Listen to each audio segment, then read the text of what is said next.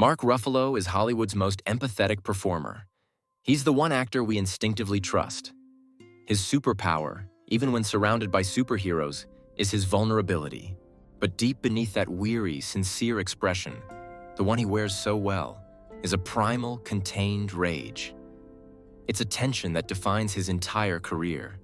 You know him as Bruce Banner, the green Goliath who can smash a city block. But what if I told you that the quiet, naturalistic actor who plays him spent nearly 20 years getting his own heart smashed by Hollywood? This isn't the story of a golden boy actor. This is the story of a guy who got rejected 800 times. He was the bartender, the waiter, the theater kid with undiagnosed dyslexia who quit acting 5 separate times out of sheer discouragement. He was perpetually broke, often anxious, and totally overlooked. For nearly a decade, Mark Ruffalo was Hollywood's invisible man. He had the work ethic of a seasoned pro, but absolutely none of the luck. He worked under the tutelage of the legendary Stella Adler, but his reel was full of low-budget horror sequels and bit parts. That long, agonizing grind defined his acting style. It's grounded, lived in, and desperate for connection. And in 2000, that struggle finally paid off. At age 32, Ruffalo was cast by Kenneth Lonergan as the irresponsible, emotionally volatile brother in the indie drama, You Can Count on Me. The critics didn't just notice him. They compared him to a young Marlon Brando. After 800 failures, Mark Ruffalo finally had his first win. Now the real question was, what did Hollywood want to do with the world's newest, most sensitive boy man? Ruffalo had established himself as a serious dramatic talent, but Hollywood didn't quite know where to put a guy who looked and acted like he should be buying beer at a bodega. So, in a strange twist of fate, he became the rom-com guy. Films like 13 Going on 30 and View from the Top put him on a lot of movie posters. But even when he was playing the romantic lead, Ruffalo still felt like an indie artist trapped in a studio machine. He brought a grounded, slightly bewildered realism to genres that thrive on fantasy. This era, the mid-2000s, was critical. It was his highest visibility before Marvel. He used that momentum to secure incredible roles, playing a quiet, intense detective in David Fincher's masterpiece, Zodiac. But while his career was finally gaining altitude, his life was completely upended.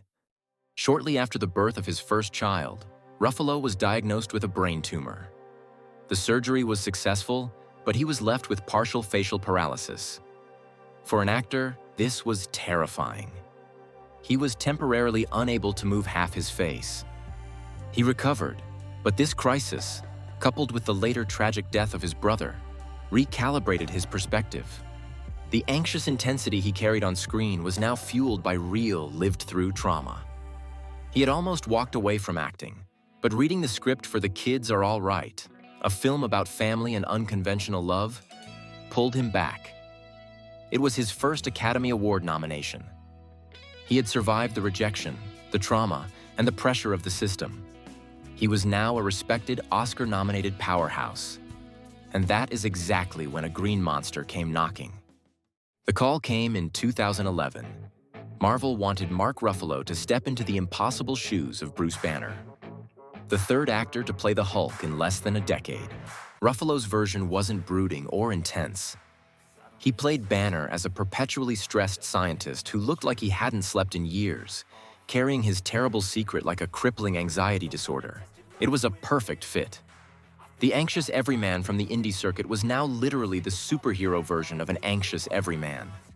He gave the Hulk emotional grounding, culminating in that classic line.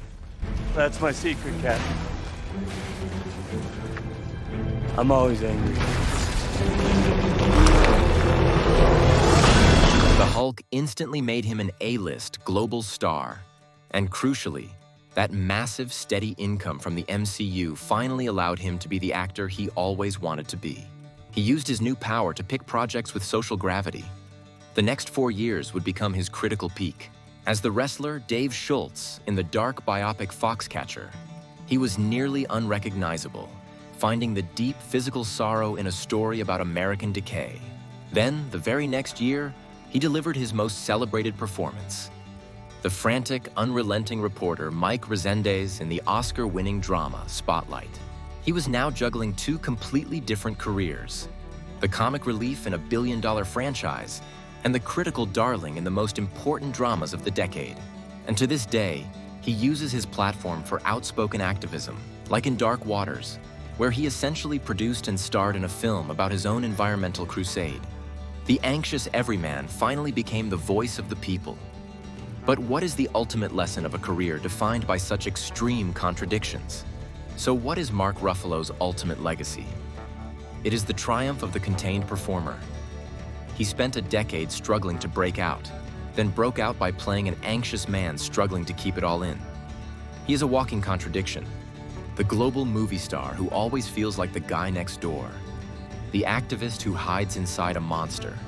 His power as an actor is not rage, but empathy.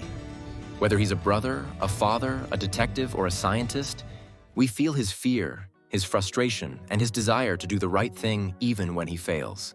Mark Ruffalo proves that in Hollywood, the biggest, loudest roles don't always go to the biggest, loudest actors. They often go to the one who can best capture the human condition, the one who refuses to stop fighting. This paradox is Mark Ruffalo's signature. He is the definitive everyman, able to shift seamlessly from the biggest blockbuster franchise on the planet to the most quiet, challenging dramas, without ever losing his intrinsic sense of being simply human.